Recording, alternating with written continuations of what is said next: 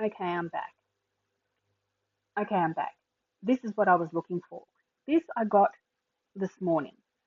InfoWars. And of course, I'm a big, big, big fan of Alex Jones. I also think that he is a very spectacular man. Everything that he said has come true. I think he is a savant, whether he's getting the messages from God or whether it's, I don't think it's from the devil, because if it's from the devil, then he would be helping the evil people. Um, but I think that he also has a bit of confirmation bias. And I think that towards Trump, Trump, I'm a bit dismayed at to see this, and this is what made me do this video. I've been working on that Charles video for quite some time, but I've always put it on the back burner, thinking, oh, it's not enough. Oh, it's just this and it's just this. But now to actually have this, and just recently we here in Australia, and it's all over Twitter or X, whatever you want to call it, about how our $5 notes that are going to be produced here are not going to have the monarch's head on them. We're going to have an Aboriginal man's head on it, which people are saying is the first sign of saying that we're going to be severing from the UK, from the Commonwealth, and that we will be going through some type of not a treasonous thing, but we might become a republic. And if we become a republic, then the king doesn't have any power over us. What happens to all our assets? Because he owns basically all of Australia. Basically, he owns it all. So what happens if we become a monarch? We become a republic, and we're no longer under the monarchy. How does that get paid? Who owns? How does the transfer of title come across? Who's going to benefit from that? Will us as the citizens benefit from that? Will the citizens of the UK benefit from that? I need to look into this. But anyway, to find out that Alex Jones has said there's a historic Sunday broadcast, because this is Sunday and yesterday, Australia, it's Monday, is a good idea. President Trump thinks there's a good idea for the USA to join the British Commonwealth. What the fuck? We're looking at getting out of it, and Trump wants to get into it. What is going on? What the hell is going on?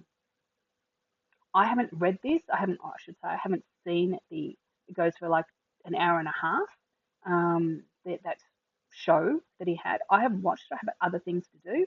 Um, I've got a few family things going on right now, so I didn't have time to delve into it. I will be looking into it, but to see this, what the hell? Why is Trump trying? And he was saying that, oh, Charles is such a good bloke. Oh, yeah, I really like Charles. I praise Charles.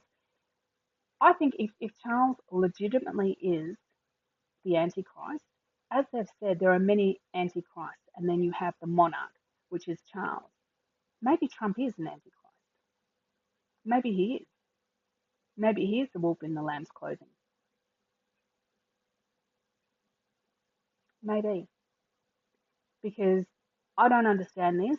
What's happening with the Dodge or Doggy, whatever you want to call it, is creating so much disruption around the world. I think it's a positive thing. Somebody had to do it. Um, but you go back to biblical times, the Antichrist will survive. What about Elon Musk? What is he? Is he just another puppet off the Antichrist legs?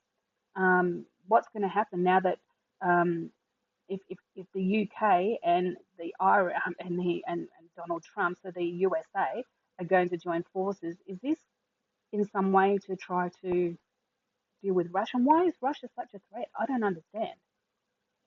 Russia, of course, are the people that did not submit their children to transgender um, schooling or indoctrination. They're the ones that have stood strong for their religion with God. And I don't understand why Donald Trump is now thinking it's a good idea to join the British Empire.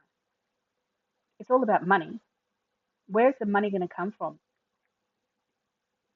Mm. And it comes down to if Australia leaves the British Empire or the Commonwealth, and just think we've had all these weather area incidents happening here with rain. Other places have fire. We tend to have floods here in Queensland because we're a tropical area.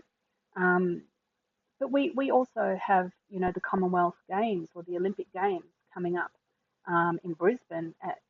2032. So that's in what, 8 years or 6 years. Um, and we've had major flooding happening there. And they're talking about having to maybe, push the timeline back. We won't be ready, and how embarrassing it's going to be, because the last time we sort of failed in our commitments was in Melbourne, with the Commonwealth Games and also with the Olympics, because of dictator Dan, making the city go broke.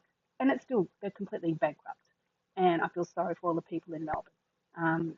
But they just leave and they come up here to Queensland, or they move to another state, which is better, because there's less debt and there's less taxes and there's a better quality of life. But anyway, this is all too much going on at once.